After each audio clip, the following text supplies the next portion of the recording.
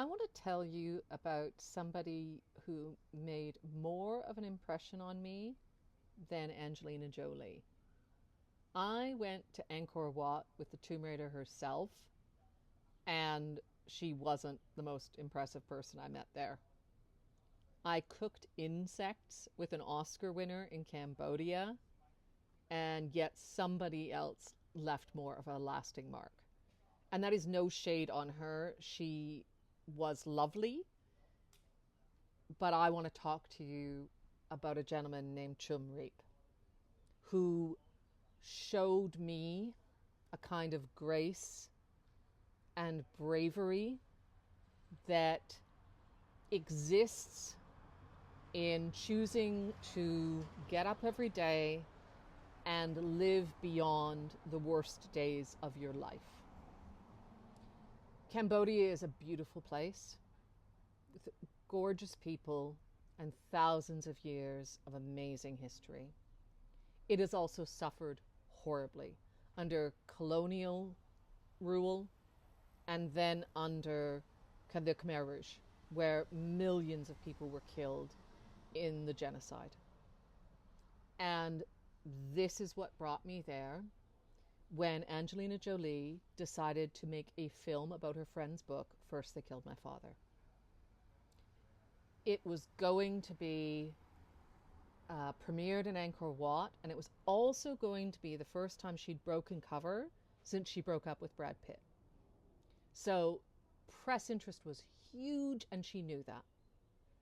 And she wanted to draw the attention to a worthy cause, and she thought giving it to BBC News, giving the exclusive to BBC News, would be the way to do that. For me, I was super excited about going to Cambodia and making a film about how Cambodians had managed to make a sort of peace with such a horrific event through art and memory, and how they had managed to move on. Not that everything is perfect there, but they have managed to create something beyond. And this needed Chum to make it happen. You need a local who knows what's going on and how to make things happen.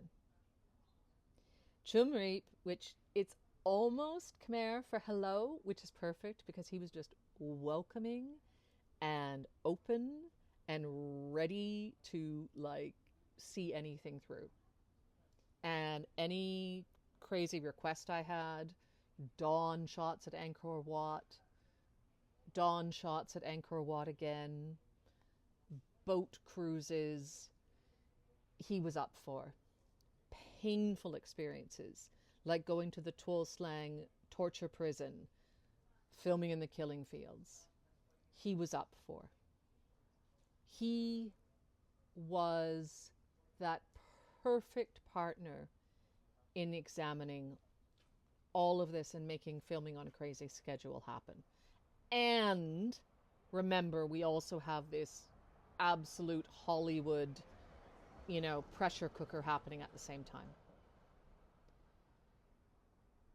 I don't think I realized how much of this was overlaid and underlaid with his own story until the day we went out to film demining.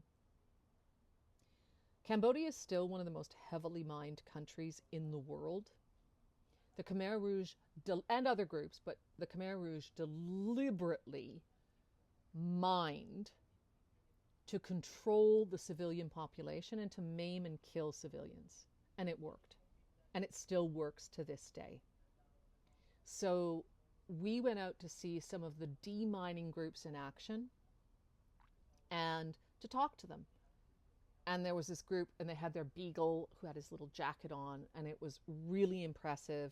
And I was sort of cheering them on, and it was lovely and friendly and warm. And you can't be depressed all of the time anywhere, right? You can't be, I'm remembering everything horrid. But it was this moment where for the first time, and we'd set off a mine. They'd given us the opportunity to push the button and set off a mine. And it was almost like a picnic day out, right? As we're demining together. It was the first time that Chum showed anything other than a happy face and a professional face. He suddenly went to this far off place and started to talk about how he remembered running through the fields, trying to escape, with the mines going off beside him and his family, maiming and killing people. That was the end of the party atmosphere for me. And it really brought home how much that still lived within him, even though, and maybe especially because, he had chosen to create such a beautiful life and a new identity that transcended it. After that, we talked a lot more about his personal experiences.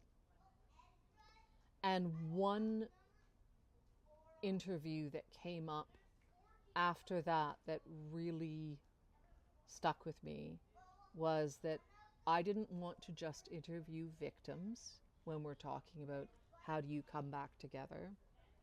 I wanted to interview perpetrators, because in a country that has been torn apart by genocide, not everybody was a victim.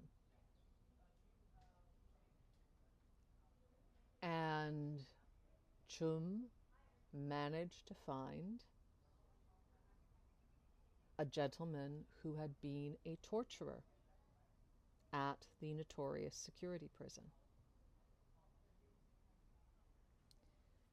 When you met him, you would not have known. He looked like the driver of a banana truck.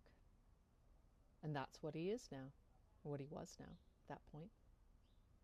He looked like a grandfather. And yet this was somebody who had tied people to metal bed frames, poured water over them, and electrocuted them.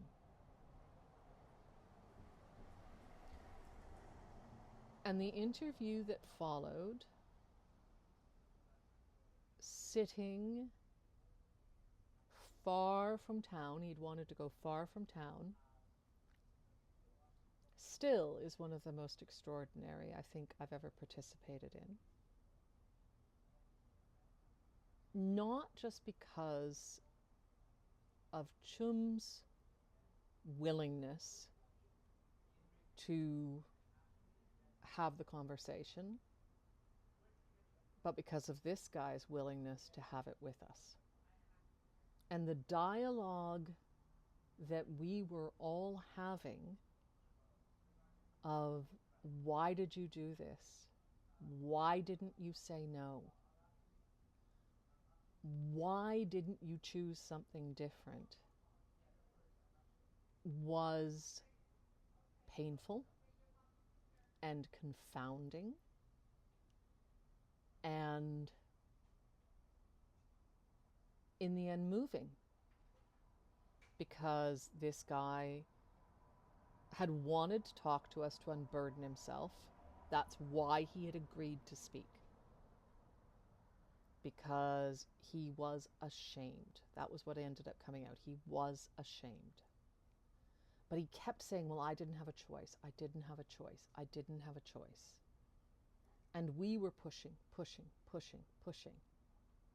And he finally said, well, I did have a choice, but I wanted to live. And he was tearful, and was torn between wanting to have a clean slate and wanting to be free of the stain of what he had done, and never wanting his grandchildren to know. And Chum, who had been the victim, he'd been on the victim side of things. I mean, I shouldn't air quote that, he was empathetic. He saw this man as a human who now had deep regrets, who maybe didn't have a huge number of options then. Instead of living in,